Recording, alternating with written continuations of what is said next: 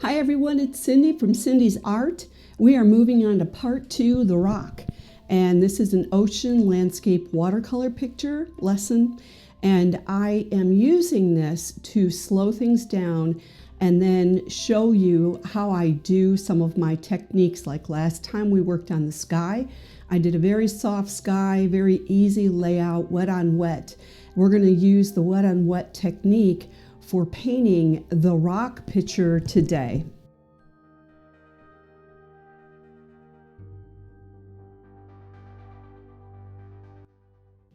I'm using a black velvet. It's a silver brush, black velvet number 14. And this brush particularly will hold a lot of water and paint when I load it up. Loading it up means that I've got clean water on it. I'm putting it into my paint. And I'm mixing that up, and it'll last a while. So right now with the rock, I wet this down. Remember, I've got Arch's watercolor paper, 140 pound cold press, and that's going to have a little bit of texture to it. I'm going to wet it down, and then I'm going to let it dry up a little bit, wet it down, wetting the rock down particularly. I was very careful not to go into the sky, and I did not wet down below my horizon line. And when I do that, what's wonderful is if you've got the water there, when I dip my paintbrush right on that rock right now, the paint is going to go where the water is. So if there's water below, my paint's going to run downward into where the water is. The water pulls it into the same area of where the paint is. So this is a wet on wet technique. I use the ultramarine blue plus a sap green. Now, I am showing the rock, the initial part of this, in very bright, vibrant colors. So I'm putting in there that I've used ultramarine blue deep and I've used sap green straight out of the tube. I won't always do that. I think it's wise to mix those colors with others, but we're not going to do that today. I want to make sure that you get really nice, vibrant colors on this painting. And I am going to grab the brush that I've got right there. That's one of my favorites. It's a Princeton Neptune brush, a number 4. And this is a faux squirrel type of brush. Very large area of where I can have water and paint loaded up in it. This really is one of my favorites. The black silver is really good too. I enjoy them. This Neptune brush is a little bit more expensive. And it is worth the investment. And the way that it worked out for me, I had to sell paintings and then I could buy stuff. So that's what I did. Let's move on to these paint colors. So I'm going to use Gamboge, which you can see is a yellowish color. It's a deeper yellow. And I am going to put this on the rock area. And I've got the reference photo for you. It'll pop up in here while the video, keeps moving forward. And then this is a permanent yellow orange mixed with a little bit of brilliant orange, guys. I can tell that while I'm putting this up here and listing my colors, I've got a little bit of orange in there. The other thing I could do is use that permanent yellow orange and put a tiny, tiny bit of opera pink. So I'm giving you some alternative ideas. The green right there actually is a Daniel Smith called Cascade Green. And I use that for that dark part. Now I'm going back to sap green and I'm adding in some more colors. So as you look at this video, go back, look at it again, watch to see, like when I added my Gamboge yellow in, I wet the rock down again. What did I do? I put the blue and the green at the top. I let them bleed together. I loved the way that that looked, so I left that alone for pretty much of the entire time I spent painting this picture. If it looks really incredible and you get some water textures or you get these textures where your paint blends in with one another, don't put another color on top of it. Let it be, because you're not going to see that if you keep adding paint to it. So let me go back to the painting now. I used my reference photo for me to look to see where some of the outline of the rock was. Why did I do that? Well, I want to paint the brightest parts first so I know where to leave the light alone and not try to put a bunch on it. But where do these rocks separate? Where are the cracks? And I need that definition as I move along in the painting. So I'm taking a point at this part. This is early, and I'm going to use the neutral. And I use neutral plus a tiny bit of ultramarine blue deep, or like in this area right here, I would suggest using neutral, which is almost a black color, but don't put black, just slap black on there. As an artist, there's colors that are in there that may not be seen by others. And in here, I already had some Cascade green in there that was dark. I used a tiny bit of Cascade green in my neutral. So don't be afraid to add a tiny bit of color in there. Now I'm using a straight neutral at the darkest points. And the reason I'm doing that right now is these are some of the darkest points that are going to exist throughout the entire painting. I need them pretty prominent because, for example, in this area I'm painting right now, I basically am going to leave this left side. I'm going to leave that tiny strip of gray that's in between the blackest line, then it's gray, then it's black, and then we move into the larger rock. I don't want to touch that till the very end when I'm putting detail in. It's a great area that's going to show forth light, so I want to protect it. So as I'm moving along here, I'm putting in some detail. For example, there's going to be green on the rocks, and there's going to be a little bit of rock lines. Now I'm getting into detail you don't necessarily have to do. This is what I want to do. I just want to remind myself where some of these little rock intricacies are. So as I move in to painting further, I can look at that and I'm like, oh, I know which side of the rock I'm on and I know where I'm going with it. So after I finish that, I let it dry really well. That means at least an hour. I can take a small hair dryer and I could blow it dry as well. You can get nice cheap hair dryers that are very small on Amazon, and when it's a great price and it's a fine machine, fine, I'll buy it. So I'm going to work at filling in a little bit more color on these rocks, and this will be more of my true first layer. I'm calling it a second layer for you because my first layer I put a bunch of lights in and it's helping me know where some of the colors are. Well, this second layer, what I'm trying to do is build up more of the colors of these rocks. And I'll add more detail in later, but right now I want to continue to build up the boldness of the colors. So I'm going to highlight the lighter colors. I'm not worrying about dark brown streaks or darker red, orange streaks. I'm looking at the larger clumps of the rock, and I'm going to put in some blue-green in the midsection. I'm using yellow ochre right now, and then that red brush is, I'm getting my brush out. It's a number 12 Golden Natural brush, and that's by the brand called Silver. Do you remember the black one in the beginning? That was a Silver brand. Silver brand, Black Velvet number 14. This one is a Silver brand, Golden Natural number 12. And I'm going to tell you that the Golden Natural ones, I go to a website called The Brush Guys. And it's the only place I can buy these brushes right now. This is going to be the best, cheaper value for you if you are starting off in watercolors. Look at the Golden Natural brushes, and I'll do a video on that. But the price of them is really good. I love how it behaves with the paper. It'll hold paint, and it'll give me a lot of fine details. And this brush right here is a number 12. Well, that sounds like it's awfully large, but it's not. And this one, it's a number 12 round. And the point of it is so good that I can paint a lot of fine details in addition to putting paint down on the brush. So back to the rock. I've got wet on wet, and I've got some Cascade brown out. I have a little bit of ultramarine blue in there too. They are blending together, and all I'm doing is trying to add in where some of those clumps of the green that I saw. I'm not painting everything. I'm just trying to get the colors laid in there. I want to see the colors boldly. I see the blue really bold. I see that incredible yellow very boldly in this rock that we're painting right now. And then I'm adding in some of the green. This is wet on wet, so it's all going to blend.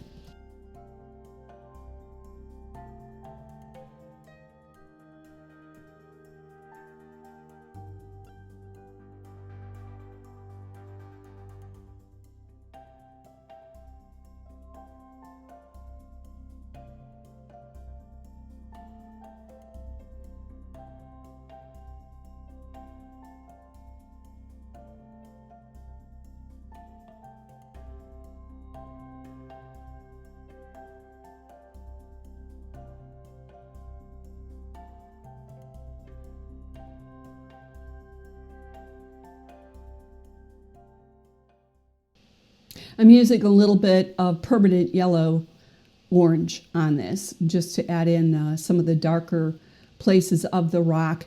The paper is still wet. It's not sopping wet like it was a few minutes ago. And if you look closely at the paper, when I'm wetting it down, you're going to see a shininess to it because my light's shining on it, which makes it easy for you to see. But then as that dries, I could put paint in like I am. It's not going to come out as straight, fine lines. It's going to come out soft. And that's because the paper is wet enough for it to continue to blend, but it's not going to move far. And practice that. I'll do a video on that as well, of what that looks like when your paper is really wet. How does the paint behave? And then when it's about a medium wetness, it will blend out. It'll just push its way out into the water, and it'll be smooth. It will not be fine lines. And then when your paper is almost dry, I could use a fine brush like this. This is still the number 12 Golden Natural Silver Brand brush. And I could use fine lines, and it won't move that far. So then if I take a wet brush with not a lot of water on it, but I've got some good paint on it, and my paper's dry, that's called wet on dry. I'm doing wet on wet at this point.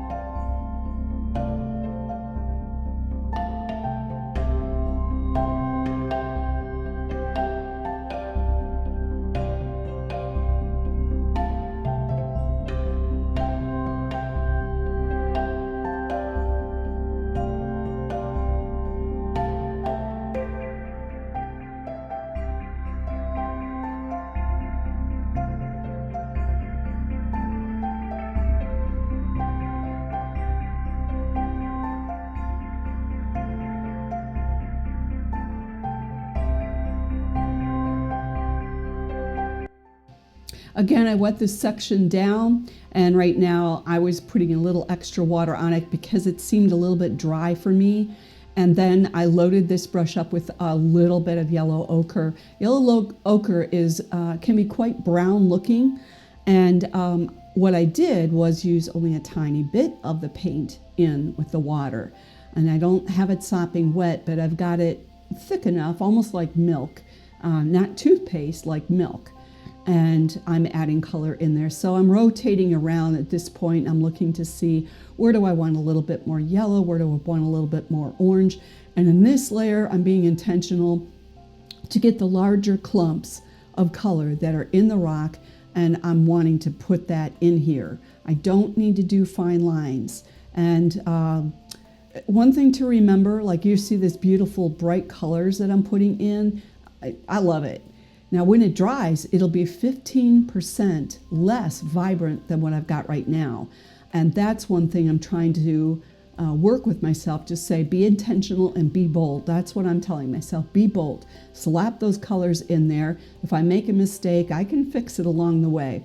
Don't be afraid, try it. And you can always have a scrap piece of paper on the side while you're painting, and you can take the scrap paper and put water down and put a little bit of color on, put some yellow, then put some orange, put them an inch apart, and see how they blend together. Turn the paper sideways, turn it upside down, turn it around. Watch to see how the colors blend. So don't be afraid that if you're like, man, I don't know if this color's gonna work, put a dab of what you've got on your brush on your scrap paper first.